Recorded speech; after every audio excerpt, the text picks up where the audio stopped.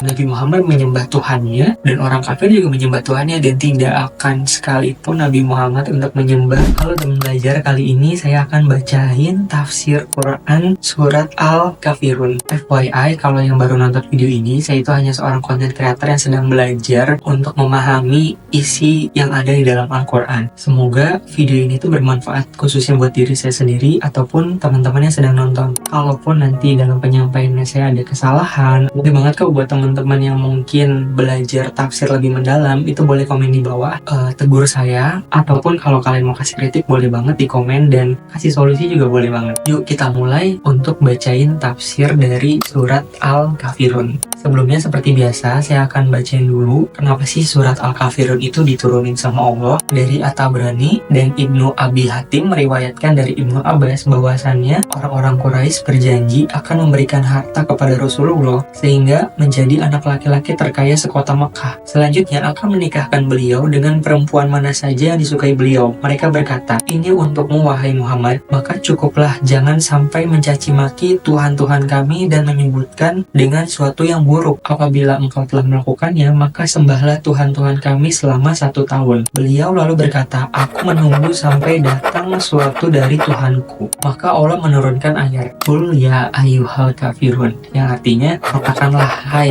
orang-orang yang kafir. Allah juga menurunkan ayat yang artinya katakanlah, "Maka apakah kamu menyuruh aku menyembah selain Allah, hai orang-orang yang tidak berpengetahuan?" Az-Zumar ayat 64. Abdul Razak meriwayatkan dari Wahab, dia mengatakan, orang-orang kafir Quraisy berkata kepada Nabi, "Apabila kau berkenan, maka engkau mengikuti kami selama setahun dan kembali lagi ke agamamu selama setahun." Maka Allah menurunkan ayat, katakanlah hai orang-orang kafir, hingga akhir surat. Ibnu Munzir meriwayatkan hadis serupa dari Ibnu Juraji. Ibnu Abi Hatim meriwayatkan dari Sa'ad bin Mina, ia mengatakan Al-Walid bin Al-Mughirah, Al-As bin Al-Wa'il, Al-Aswad bin Al-Muttalib, dan Umayyah bin Khalaf bertemu dengan Rasulullah. Mereka berkata, "Wahai Muhammad, kesinilah supaya engkau bisa menyembah apa yang kami sembah, dan kami menyembah apa yang engkau sembah, dan engkau akan sama-sama dalam seluruh urusan kita bersama." Maka Allah menurunkan ayat, katakanlah hai orang-orang kafir, hingga di akhir surat. Jadi sebabnya turun Al-Kafirun adalah karena Nabi Muhammad itu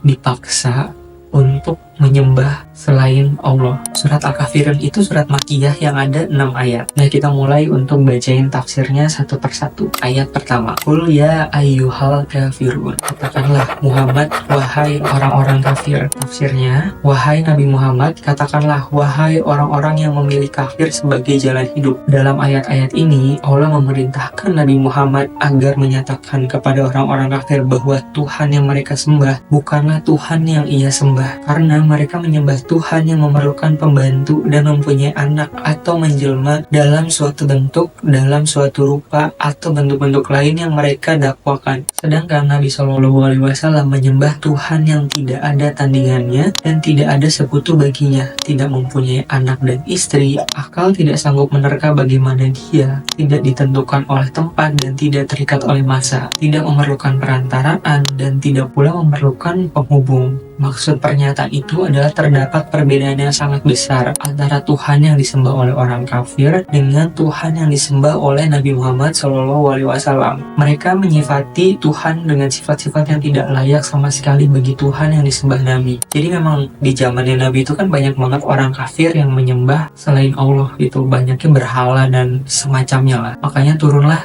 surat Al-Kafirun ini. Surat yang kedua, la a'budu ma ta'budun, aku tidak menyembah apa yang kamu sembah. Tafsirnya, sampai kapanpun aku tidak akan menyembah apa yang kamu sembah selain Allah seperti berhala-berhala itu. Tuhan bukanlah ciptaan manusia dan dia tidak menjelma menjadi suatu yang kasat mata sebagaimana sembahanmu itu. Bener kan? Jadi di zaman Nabi itu banyak banget berhala yang disembah selain Allah, dan ya berhala itu kan buatan manusia ya. Definisi Tuhan sendiri menurut Nabi Muhammad, Tuhan bukanlah ciptaan manusia dan tidak menjelma menjadi suatu yang kasat mata sebagaimana sembahanmu itu. Ayat yang ketiga, wala antum abiduna ma'abud, dan kamu bukan penyembah apa yang aku sembah. Maksudnya adalah, dan kamu bukanlah penyembah apa yang aku sembah, yaitu Tuhan yang Maha Esa, penguasa alam semesta. Berhala sembahanmu itu sifat-sifatnya sangat berbeda dari sifat-sifat sempurna Tuhan yang aku sembah. Selanjutnya Allah menambahkan lagi pernyataan yang diperintahkan untuk disampaikan kepada orang-orang kafir dengan menyatakan bahwa mereka tidak menyembah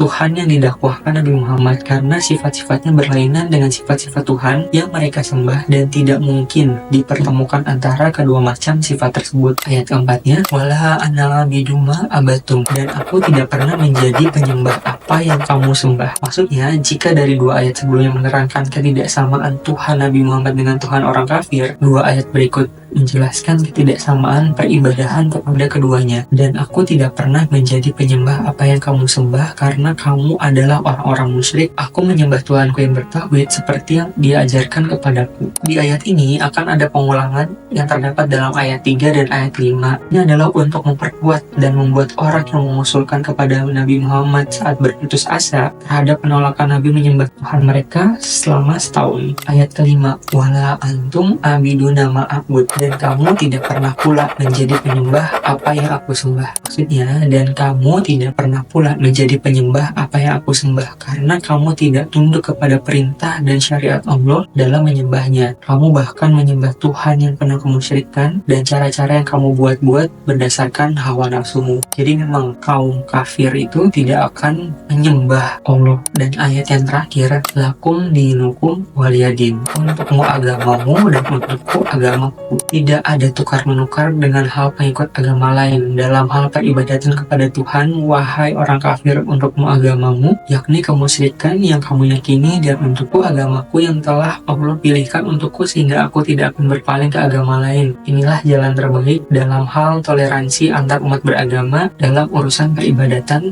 kepada Tuhan. Jadi kalau misalkan kalian lagi berdebat nih sama orang yang bukan muslim, jadi ya udah, nggak usah diperpanjang, untukmu agamamu, untuk agamaku, karena kita itu harus punya pendirian kuat. Karena di surat Al-Kafirun aja udah dijelasin ya berulang kali, Nabi Muhammad menyembah Tuhannya dan orang kafir juga menyembah Tuhannya, dan tidak akan sekalipun Nabi Muhammad untuk menyembah Tuhan dari kaum kafir, dan kaum kafir pun tidak akan menyembah Tuhan dari Nabi Muhammad, karena mereka tidak mengikuti syariat yang diperintahkan oleh Allah. Masya Allah, ternyata tuh udah jelas semuanya. Oke, untuk teman-teman yang udah nonton, kira-kira aku bacain surat apa lagi nih yang relate dengan kehidupan, ataupun kalian mau boleh nih bacain dari surat ini, boleh banget komen aja di bawah ya. See you, bye-bye.